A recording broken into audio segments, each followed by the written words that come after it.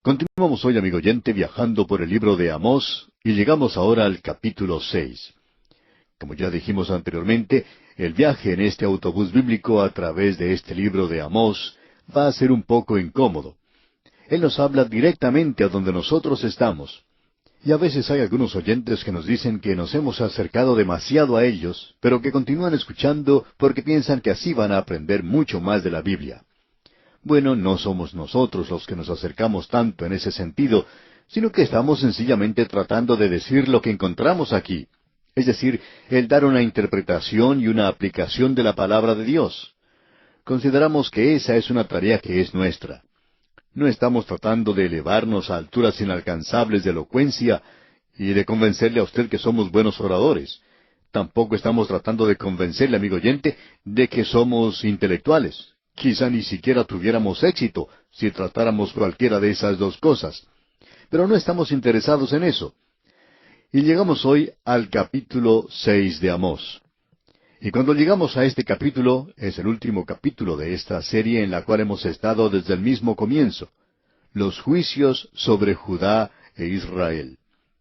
Comenzando con el capítulo 7, tenemos luego las visiones del futuro, y eso nos llevará a través de todo el resto del libro de Amós, y vamos a avanzar un poco más rápido a través de esa parte de esta profecía. Pero ahora hemos llegado al capítulo 6, y nos encontramos en el último de esta serie de 3 capítulos. En el capítulo 4 usted recordará que encontramos que Dios castigó a Israel en el pasado por sus iniquidades. En el capítulo 5, Dios castigará a Israel en el futuro por sus iniquidades. Y ahora en el capítulo 6, Israel es advertido en el presente, es decir, se refiere al día en que Amós escribió esta parte, y se les advierte que ellos deben apartarse de la iniquidad. Ahora él comienza presentando uno de estos ayes. Él no es un profeta que se especializa en estos ayes. Usted puede encontrarlos en varios de los otros profetas que ya hemos estudiado, y también lo puede ver en el libro de Apocalipsis. Aquí tenemos uno de estos ayes. Y uno de los significados que se le puede dar a esto es el de detenerse, mirar y escuchar, porque aquí tenemos algo que es importante. Es como la palabra pues. Él la utilizó, usted recordará, en el último versículo del capítulo 5. Dijo, os haré, pues, transportar más allá de Damasco. Y esa palabra pues es una palabra muy importante, como ya hemos dicho. Es como esa palabra por tanto. Alguien dijo que su pastor decía que cuando uno llega a la palabra por tanto, o la palabra pues, como la tenemos aquí, uno debe ver por qué está allí. Y creemos que esa es una buena indicación. Ahora esta palabra hay debería captar nuestra atención aquí en el capítulo 6.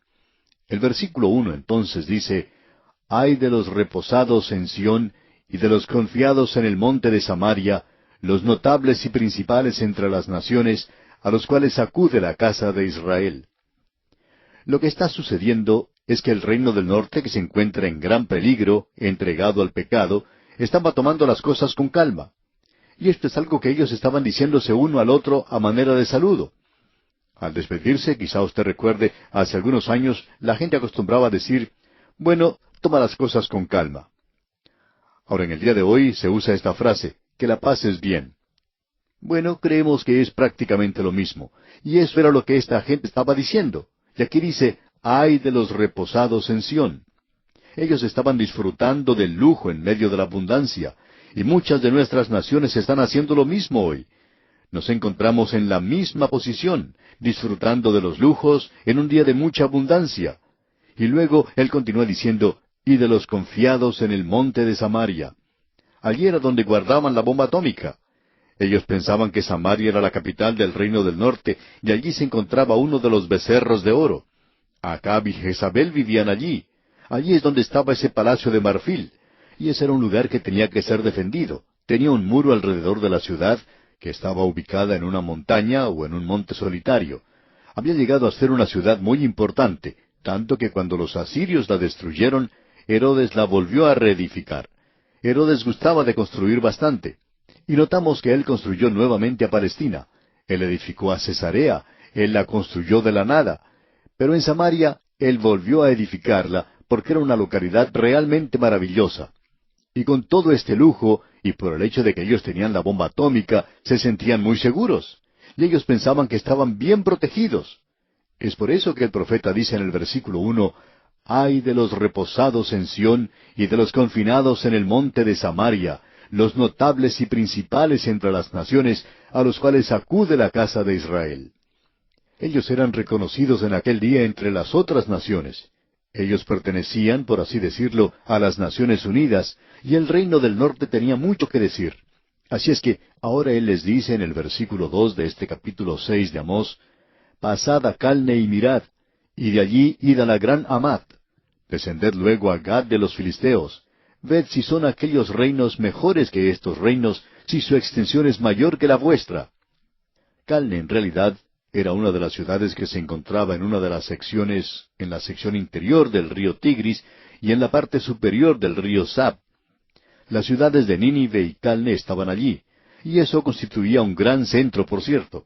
Y el profeta dice, «Pasad a Calne y mirad, y de allí id a la gran Hamat». Ahora, Hamat era la ciudad principal en Siria. Nos estamos dirigiendo ahora al sur.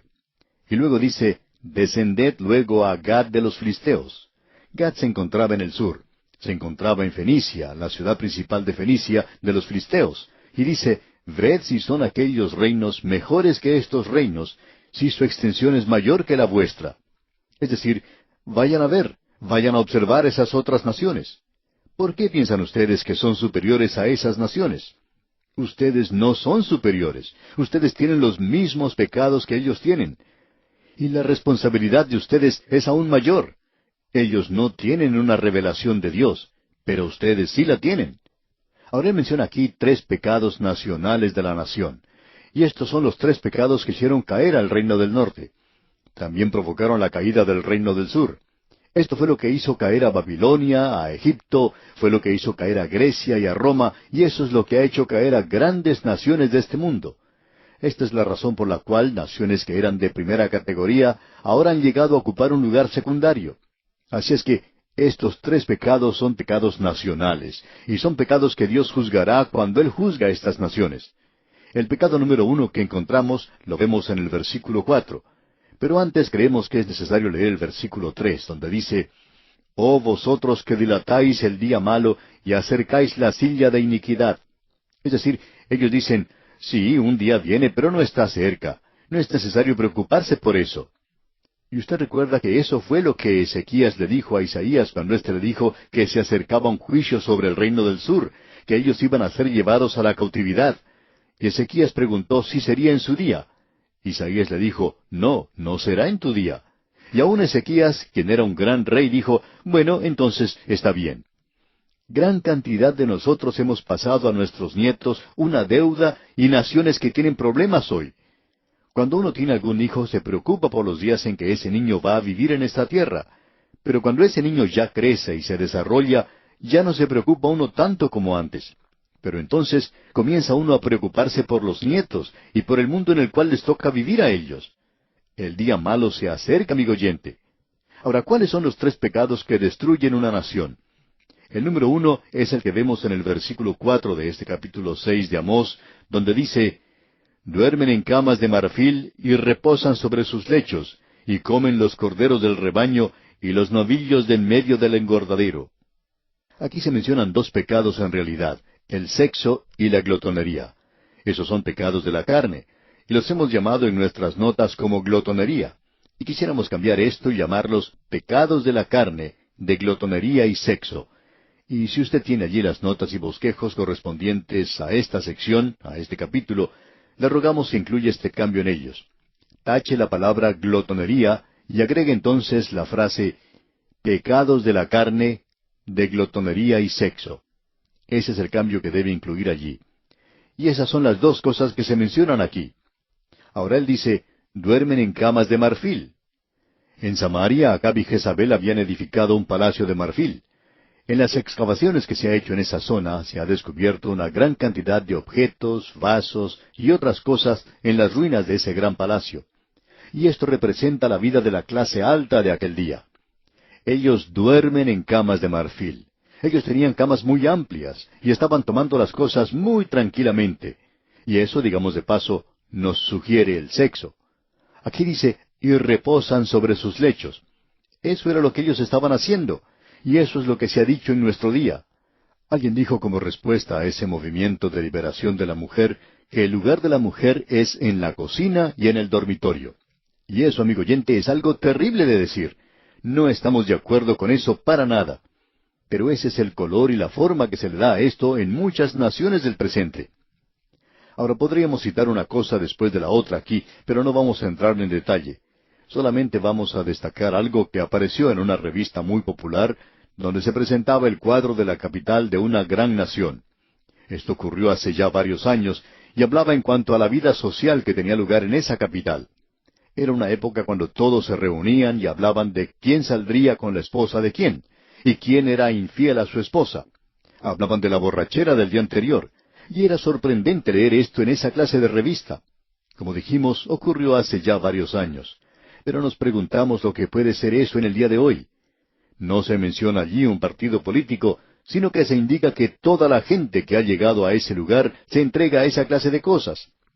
Pensamos que quizás se presta más atención al sexo en estas grandes capitales que a cualquier otro problema que usted y yo tengamos en el presente. Cuando uno ve a estos legisladores en la televisión, aparecen como personas bastante serias, muy sobrias, pero cuando uno observa su vida social, entonces podemos ver que es muy diferente. Por supuesto que esto no es así en cuanto a todos ellos, pero la gran mayoría sí lo es, y la vida social en las capitales es algo bastante corrupta. Ahora, no hay ninguna nación que haya podido sobrevivir una cosa así. Roma probablemente es la más grande de todas las naciones, y una nación que vendrá otra vez en los últimos días, gracias a la ayuda que le dará el anticristo, pero Roma cayó. ¿Por qué cayó? No fue ningún enemigo de afuera que destruyó a Roma, sino que fue algo de adentro mismo. ¿Por qué cayó? Bueno, el escritor Gibbon, en su libro en cuanto a la declinación y caída del Imperio Romano, menciona lo siguiente, que la destrucción de la familia fue una de las cosas importantes. Cuando la inmoralidad entra a una nación, ésta comienza a caer. Bien, ese es el pecado número 1. El número 2 lo encontramos en el versículo 5, donde leemos, gorjean al son de la flauta e inventan instrumentos musicales, como David. En aquellos días aparecían muchas composiciones y estilos nuevos. Quizá usted piensa que los estilos nuevos son realmente nuevos en nuestros días. Sin embargo, esta gente ya los tenían en aquella época. La música y el carácter de la música pueden destruir a una nación. Y amigo oyente, según creemos nosotros, ya hemos llegado a ese punto. Quizá al hablar así parecemos chapados a la antigua, y tal vez recibamos muchos comentarios y cartas en contra de esto, diciendo que nosotros no marchamos al son del tiempo, que somos anticuados. Bueno, amigo oyente, quizá usted también nos diga que no sabemos nada en cuanto a la música, y probablemente tenga algo de razón, pero estamos seguros de si nos gusta una cosa o si no nos gusta. Y hay muchas cosas que escuchamos hoy que no nos gustan en realidad y sencillamente no las escuchamos. Ahora aquí dice, gorjean al son de la flauta. La música ya no se usaba como se usaba en los días de David. David era un genio, y su música era para alabar y glorificar a Dios. Ahora esta gente también tenía genio en su día, pero ellos no estaban escribiendo música para alabar y glorificar a Dios, sino que era algo que apartaba a la gente de Dios y de la adoración a Dios. La tercera indicación la encontramos en el versículo 6 de este capítulo 6 de Amós, donde leemos, beben vino en tazones y se ungen con los ungüentos más preciosos, y no se afligen por el quebrantamiento de José. Note usted, beben vino en tazones, no en pequeños vasos, sino en tazas. Ellos en realidad eran alcohólicos. Esta gente bebía vino en tazones, y se ungían con los ungüentos más preciosos. En aquellos días se prestaba mucha atención al asunto de qué desodorante o antiperspirante usaba uno. Y lo mencionamos porque se menciona muchas veces en la radio y la televisión hoy. En aquel día esto era algo bastante importante, que la gente utilizara el ungüento apropiado y la clase apropiada de desodorante. Pero era la embriaguez lo que estaba destruyendo a la nación. Bien, estos eran los 3 pecados. Y ahora no vamos a repasarlos. Ya lo hemos dicho anteriormente. La embriaguez es algo que está destruyendo nuestra nación y la suya también, amigo oyente, en el día de hoy, como también otros pecados. Y no podemos escapar a las consecuencias de esto. Y esto está llegando a ser algo realmente alarmante. Por ejemplo, se informa que en una nación de 250 millones de habitantes hay 9 millones de alcohólicos. y hay 36 millones de personas cuyas vidas han sido afectadas directamente por el alcohol. Otras estadísticas demuestran que el 50% de los accidentes automovilísticos son causados por personas que han estado bebiendo alcohol. Sin embargo, las autoridades no hablan mucho en cuanto a eso. En algunas naciones se dice que es necesario emborracharse para poder educar a los niños, porque el dinero que se saca del alcohol va a ayudar a las escuelas. Hace algún tiempo, una de las grandes destilerías tenía una propaganda que hablaba en cuanto a los jóvenes que bebían. Esta gente decía que ellos estaban preocupados porque los jóvenes bebían bebidas alcohólicas. Y en su propaganda decían, los adolescentes, especialmente cuando se encuentran en grupo, son tentados muy a menudo a hacer cosas que quizá no hagan de suyo propio, como el beber un trago, cuando saben que no lo deben hacer. Y nosotros estamos muy preocupados en cuanto a este problema. Imagínese, amigo oyente, una compañía que está produciendo el licor nos dice a usted y a mí que ellos están muy preocupados porque está sucediendo esto entre los jóvenes. Pues bien, amigo oyente, ¿por qué entonces no dejan de hacer el licor? ¿Por qué no abandonan esa tarea y entonces pueden demostrar que en realidad sí se están preocupando por los jóvenes y que esas ideas que tienen en cuanto al beber no son cosas tan buenas y maduras como dicen? Ahora, ¿cuáles son algunas de esas ideas que demuestran madurez en cuanto al beber? Bueno, esta gente quiere que la gente que ya ha crecido beba sus licores, porque eso dice que demuestra madurez. Eso es lo que ellos tienen en mente. Por supuesto que ellos no están tratando de abolir las bebidas alcohólicas. Esto va en contra de su propio negocio. Hay un poema traducido del inglés que quisiéramos leer antes de finalizar nuestro estudio de hoy. Se titula No es asunto de nadie. No es asunto de nadie lo que bebo. No me importa tampoco lo que piensa mi vecino, ni tampoco cuántas leyes deciden aprobar. Yo le digo al mundo que tomaré mi vaso. La libertad de un hombre no puede ser limitada. Mi derecho a beber no se debe molestar. Así es que él bebió a pesar de la ley y del hombre. Luego subió a su automóvil, aceleró fuertemente y partió. Fue por la carretera de aquí para allá, tomó las curvas a gran velocidad, con ojos nublados y sonrisa borracha. De pronto se estrelló contra otro automóvil que trataba de pasar. Hubo un ruido, un grito y vidrios rotos. El otro carro quedó volcado a poca distancia de la ciudad. El hombre salió, pero su esposa quedó atrapada, y él necesitaba la ayuda del borracho, quien estaba sentado como por allá en un mundo aparte. Él vio las llamas y escuchó el lamento de la mujer atrapada, pero estaba muy borracho para salvar esa vida, quitando ese carro de sobre esa esposa. El carro se quemó y una madre murió, mientras el esposo lloraba y su hijito gritaba, y el borracho sentado allí al lado inmóvil. Aun así algunos piensan que no es asunto de nadie el que ellos beban. Amigo oyente, esto es lo que destruye a las naciones. No son los accidentes en el camino. Estos son los 3 grandes pecados que han derribado a grandes naciones, y no creemos que ninguno de nosotros podamos ser una excepción.